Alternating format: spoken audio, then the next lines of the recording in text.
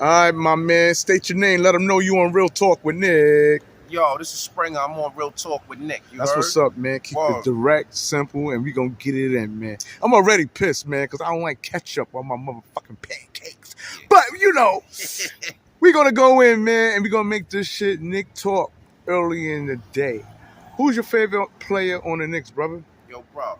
All I'm saying is the Knicks was trash this season. Straight up and down. They ain't do what they were supposed to do. I was on a couple of clips in the season. We was excited to see what they was going to do. And they bummed out. They finished the season trash. They need to get Donovan Mitchell and see what's up. I like that new signing. What was that young boy? Jalen Brunson. Yo, he going to run them on the point. So they got something established. They gave Jalen Brunson $104 million for 4 years. Do you think he's worth that? I don't know if he's exactly worth that, but he got an opportunity to show and prove. If he show and prove, then hey. What you like about his game? Let's start there. Yo, I like how he moves and he can distribute the ball great. You know what I mean? And he score a little something. So we're gonna see what it is. You know? Yeah. Are you worried about him being an undersized guard? You know what? We had Mark Jackson back in the days and he was slow, but he knew how to provide on the offensive end. So hopefully he can do that. You know, so even though he's a little bit smaller, but smaller guys are harder to guard. Okay. And I know you heard about all this talk concerning Julius Randle. Yeah. You know, some is questioning whether he still want to be a Knick. You know what? I think this is the final year that he might be a Knick, depending on how they play and who they have around him. Because Julius Randle that's actually my favorite player on the Knicks right now. But nobody winning. They not gelling together. They not doing what they supposed to do. They need to step their game up. So how do you feel? Sorry for cutting you off. How do you feel about Julius Randle not gelling with the fans, man? Like, you know, he had thumbed down the fans. He's smacking clipboards. You know what? At the end of the day, this is New York. This is the toughest city to play for on the planet. And sometimes people lose their emotions. You know, at the end of the day, we'll love you if you perform. You don't perform, you're not winning. We're going to boo you. And that's just part of the game. That come with playing in New York. He know what environment he was walking into. Okay. Because he came from a small market, man. When you speak of that, from the New Orleans, the Pelicans. Still, he did his research and he wanted to come and get that bag for us. So now, don't get frustrated when your whole team is losing. You dig? All right. That's what it is. So, did you see the series between the Hawks and the Knicks? I missed that. I missed that. Yeah. So you don't have no idea what happened, who did what? I totally missed that. The Hawks was getting beat down by the Knicks all through the regular season, but when it came to the postseason... Oh, I heard about that one. Yo, but the Hawks got one of the best players in the game right now. You know what I mean? And they stepped their game up on the Knicks and just put the kibosh on them. The playoffs is a whole different mentality. Everybody's playing stronger. It's more defense involved. And you got to step up. If you can't step up when you're in that playoff, what you here for? Okay. Now, I want to talk about Donovan Mitchell because you brought him up. Yeah. Knicks need to get him. Okay, you say if they get him, don't you know that Danny Ainge, right? Yeah. Okay. He want the whole farm, man. Yo, I mean... For a player like Donovan Mitchell. Now, as good as Donovan Mitchell may be, he don't have no chips. I mean, that's a fact, and he's prone to injury. So it's a risky type move. But the Knicks need to do something. When you say he's prone to injury. He's prone to injury. Wasn't he out? Dealing with his ankles, right? Exactly, that's what I'm saying. So is this a reoccurring situation with him and his ankles? I mean, it's been like that the last few years. He hasn't played a full season, right? Right or wrong? Okay. Right or wrong? Right. Yeah, exactly. So he's prone to injury. They asking for too much for him. But the Knicks need to do something. I don't know whether it's him. I don't know whether they got to fucking... I don't know whether they got to rub Kevin Durant's feet and try to get him on board. Yo, we need something because right now who we got is not it. And that's basically what it is. And you don't feel no, how can I say, no admiration when I speak of a player like R.J. Barrett? Not inspired by his gameplay? You know what? Nah, I actually like his gameplay. You understand? I like his gameplay. That's a fact. So, I mean, they got to build, man. They really got to build, but it's corny when they keep every season they got to rebuild. And then that season they in jail, so they got to rebuild. They got to put some people together and see what they got and then see what the missing pieces are and then try to get another star. Yeah, because right now we're not rocking. And I know at one time we had ISO players, right? Who ISO the ball, Carmelo Anthony. Yeah. Some say Donovan Mitchell is the 2.0 Carmelo Anthony. He's going to be another player if he come to New York that's going to ISO the ball.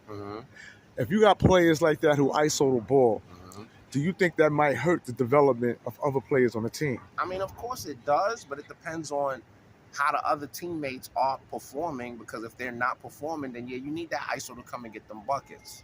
But like I said, regardless of that, when playoff time come, all that ISO stuff out the window. Everybody got to step their game up, including Julius, my man Julius Randle. We pulling for you, bro. We want you to perform. If you don't perform, though, you know what it is. It's New York style, bro. We get rid of you. But do what you got to do, homie. We pushing for you. Okay, all right. Okay. And you think Julius Randle can have the opportunity to win the fans over? Of course. Like I said, it's New York. It's simple. Get some buckets, get some wins. We love you again. That's how it is in the big markets. All across the board, y'all. I just happen to be in New York, where it's the best of the best. Okay. Now I want to talk about combo guards, man. When we speak of a player like Emmanuel Quickly. Like who? Emmanuel Quickly. Okay. Some thought he was going to be the one in the driver's seat to run the offense through the Knicks before they brought in Jalen Brunson. Yeah. Because Emmanuel Quickly was being tutorage under Derrick Rose, second unit. So he spent 2 years under Derrick Rose, you know, tutorage. For what, some may say.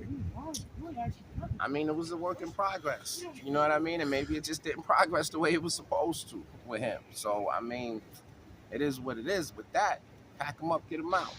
What? No. I'm not saying that now. So what you saying? I'm not saying, wait. I'm not saying, I mean, if that's your opinion about him, then that's one thing. Nah, I mean, they took 2 years to develop him. I mean, do you think, honestly, he's been performing the way he should? To be honest, yeah.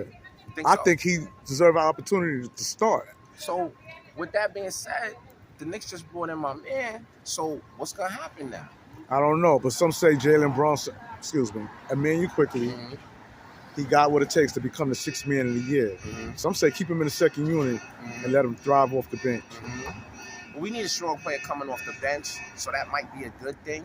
Right. But like I said, we still need more scorers that can actually dominate the ball and can do what they need. So we don't have that right now. We don't have that. They're not gelling the way they should. And do you think the coach get the blame? And when we speak of Tom Thibodeau, are you high on Tom Thibodeau as a coach? You know what? He's still a work in progress too. But like I said, it all stems from James Dolan. James Dolan just set a bad precedent, so people don't want to come to play for New York. It's all on James Dolan's hands. Like, this is not a hobby. This is actually something that he needs to invest his time in and actually put the team together, put a right team together, and do some better marketing so that good players will want to come play for New York. It all comes from the top. Do you agree with some people who say that the Knicks are too busy trying to spend money on a team instead of develop a team? You know what? To develop a team, you're going to have to spend money. That's part of the process. You got to do that. It's just, unfortunately, due to James Dolan, a lot of quality players don't want to come play for New York. And that's just the history of it. So it's New York shitty, y'all. And even when it comes to the Knicks, sometimes the politics and everything involved is a problem. But we're going to work through it. We're going to keep the faith up. Okay. Now, I want to talk about a player who seemed like he want to be in New York. He straps his laces up. When we speak of Knick basketball, every time there's a game, he takes the good with the bad. Ooh. R.J. Barrett. Well, you know, like I said, Barrett is a good addition. He's a good addition. I think the fans are going to get behind him immediately. But like I say, he got to perform. It's all about performance. Do he remind you of a player? You know what? He's actually his own individual. You know what I mean? So he shows signs of a lot of different players. But I got to see more of him. Straight up. Okay. Was you high on him during his rookie season? Yeah. Do you feel he got slated for the rookie first team, if not the rookie of the year? Because some say it went to the right person when you speak of that of Ja Morant. Yeah, rookie of the year definitely went to the right person. Ja Morant is a beast right now. You understand me? He's a beast. You dig? So he deserved that. But I mean, my man Barrett on a second runner-up, on a first team, he should have got that. Nah, he shouldn't have got that. He shouldn't have got that rookie of the year. No, but rookie first team. Yeah, rookie first team, definitely. Okay, definitely. All right. And Obi Kenobi, man. When you speak of Obi, man, okay. Obi Kenobi. Obi. Wait. Obi. Okay. Some say he's only good for fast breaks, man. Some say that's that guy, man. He's gonna be an all-star with a point guard we now have in Jalen Brunson. Mm-hmm. How you feel about I that? think he could. Depending on how he getting that ball, bro, and how he perform. I think he has potential to do it. I really do. Yeah? And yeah. I think he got potential. Okay. Facts. Do he mind you of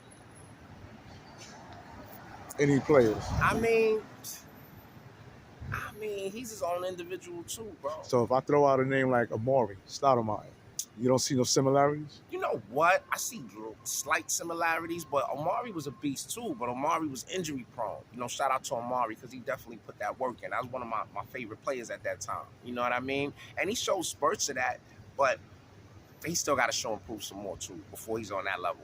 Okay. That's a fact. And I know you heard about the players the Knicks let go. When we speak of New Orleans, Noel, Alex Burke, Reggie Bullock. Any of these players I'm mentioning that you feel, not to mention Kemba Walker. Any of these players that you feel like, you know what? Yo, Kemba hurt because I wanted Kemba Walker to come here and do his thing. You understand me? Like, he's New York, homegrown and raised, but it just didn't work out. You know what I mean? I think it was a problem with him and the coach. Why he sat him down, like he wasn't performing or whatever. Like it wasn't. Like I said, it's the New York Dolan thing. You know, they ain't really. I feel like with Walker, they ain't really. He had his bright spots where he was scoring. His defense was a little off, but you know, sorry they had to pack him up. But you know, business is business. Okay, and a player that didn't get too many minutes on the court. When I speak of that, of Cam Reddish. A lot of people's high on his game too. Yeah. But he only played 12 games last season under Tom Thibodeau before acquiring a shoulder injury. Yeah. I mean, damn. God, I mean, it's just frustrating. You know what I mean? It's a lot that can happen in a season, but they got to stay healthy and they got to perform. You heard? Yeah. Word. But yo, I got to get up out of here. And that's what it is, man. My man got to go. But I chased this brother down so we get this interview popping, man. Because I like motherfuckers who know what they talking about. You feel me? Much respect to you, brother. Yo, blessings, yo, let me know. Tell the viewers what you want me to do as far as what he's talking about. It's some music he's gonna be talking about. It's some music that's gonna be posted. You know what I mean? It's a fire album that's out. My man actually doing his numbers. Got something to say. It's a fire album. Check it out. All right, yo. All right? So everyone, be in tune for it. And we out. Ready. Peace. G's up.